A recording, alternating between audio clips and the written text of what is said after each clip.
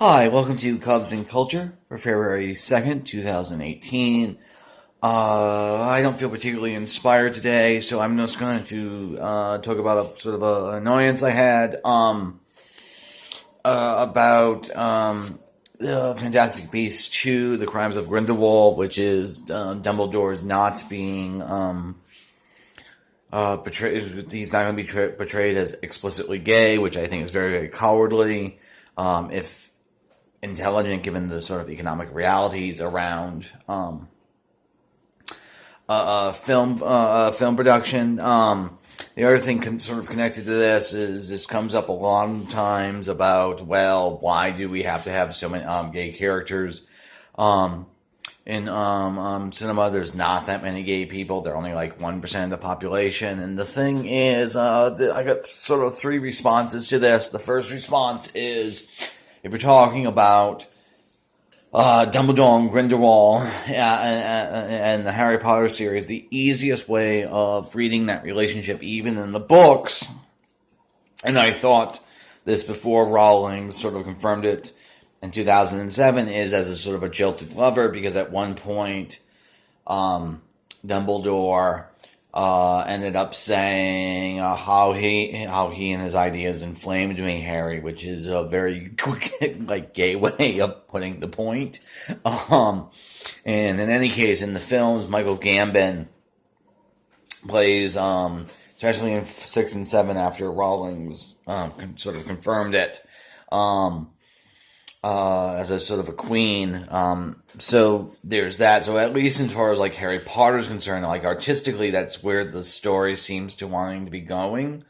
The second thing is, it doesn't matter how many LGBT people there are in a society. The sort of arguments about morality of homosexuality, or the morality of transitioning or gender, or for that matter, sort of the legality of same-sex marriage. None of that fucking matters. It could be the case that only two men or two women, whatever combination you want to talk about here, could want to have same-sex relationship and get married and fall in love, and they should still have been accommodated by our society, because in the way in which there's no argument and against sort of the moral, again, making homosexuality or immoral and or same-sex marriage illegal, that isn't rational insofar as demonstrable to the business of the state. I mean, that's one of the reasons why, if you go through sort of the gay marriage cases in Posner's Fifth Circuit Court of Appeals, he's a legendary conservative justice.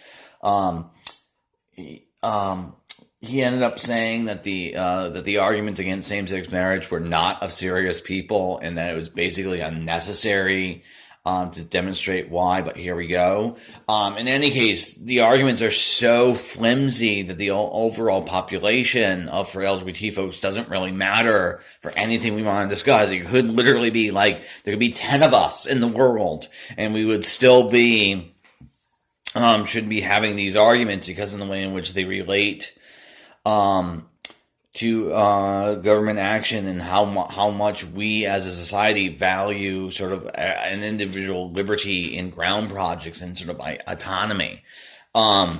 With that being said, there is a disgusting habit on the right to sort of minimalize and decrease the number of LGBT folks. Conservatives will often claim like 1%, but if you look at the various estimates, it's probably, it's really hard to argue that the LGBT population is anything less than 4%, because the most sort of restrictive surveys we have conducted have always come back with 4%. I think it's in a range. 4 to 10% is sort of the number I like to use. There's sort of problems with estimating the LGBT population, which I'll get into in a moment. Some of them are sort of the surveys that have been done. The data we have is not very, like, there's problems with it. The most sort of famous example is the Kinsey stuff. Kinsey's the one who found 10%, which is why that estimate's still sort of in the popular culture. The problem with the Kinsey number is Kinsey, given this time period, the representative sampling methods were not fully developed, and so what he ended up doing was relying on massive sample sizes to try to correct for any sort of sampling bias. So his data is something like 500,000 individual sex surveys. The issue with that is just to generate to generate the data, you end up oversampling prison populations and people in mental health institutions. So it probably overestimates the sexual minority LGBT population. In any case, any sort of other data you want to look at has sort of problems like that. Some of it is where the data is sort of ad hoc or issues about it. So, like, sometimes you use, like, government surveys, like census data from, like, the UK or the US, where people asked to identify as LGBT on a government form. And here, I'll just be perfectly frank about this. If when the census comes in 2020, and if things are as they are right now in our politics, and there's a question about whether or not I'm gay on the survey or even on the U.S. Census or anything that implies it, I'm checking straight to fight the fact that I'm not straight, because I think it's absolutely dangerous to identify to the U.S. government at this moment as LGBT. I think the way in which the country is going with Trumpism precludes that as a possibility. So there's that issue, and I'm perfectly sort of comfortable in my identifying as gay to certain people. I'm out in certain contexts. If you ask me on a scientific academic survey, I will identify as queer. I'm just not willing to put it on paper for the U.S. government. So you have that issue. Then you also have the issue with people who aren't really comfortable with their LGBT, their same-sex or LGBT attractions, or in case of gender identity, having a gender identity that doesn't match their their gender assignment at birth. And so you can ask these people 1,000 times, and they do in fact experience same-sex attractions, but they'll never admit it to themselves or to anyone else. So you have that problem. Then there's also sort of a definitional problem in that for people who have so you have people who there's three different things on this issue. There's behavior, what sort of sex you're having and with whom. Then you have identity, then the word or the label you apply yourself, and then sort of your orientation, which is your attraction. Then there's no reason why those three things have to line up. So, like, just go to behavior for a moment. To use a pitched example, in prison, a lot of same-sex sex happens, but it's mostly between gay men, and it's mostly rape, and rape isn't about sexual attraction, it's about power. Or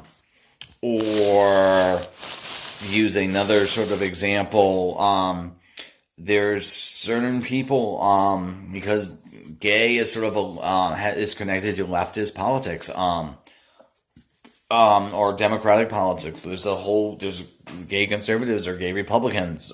They exist, but they aren't like, I imagine I'm sure this has become even more of an issue given that Trump's in the White House and what he's been doing. So I know of at least 3 or 4 different writers who experience same-sex attraction. So in the sense that you're using gay to refer to a sexual orientation, they are in fact gay, but they don't identify as gay. They identify as homosexual or homophile, etc. And so when you get into the surveys, if you ask like this same-sex, if you ask a guy, well, are you gay? or anything like that, and he's giving like another guy a hand job, does that count? For some people it will, some people it won't.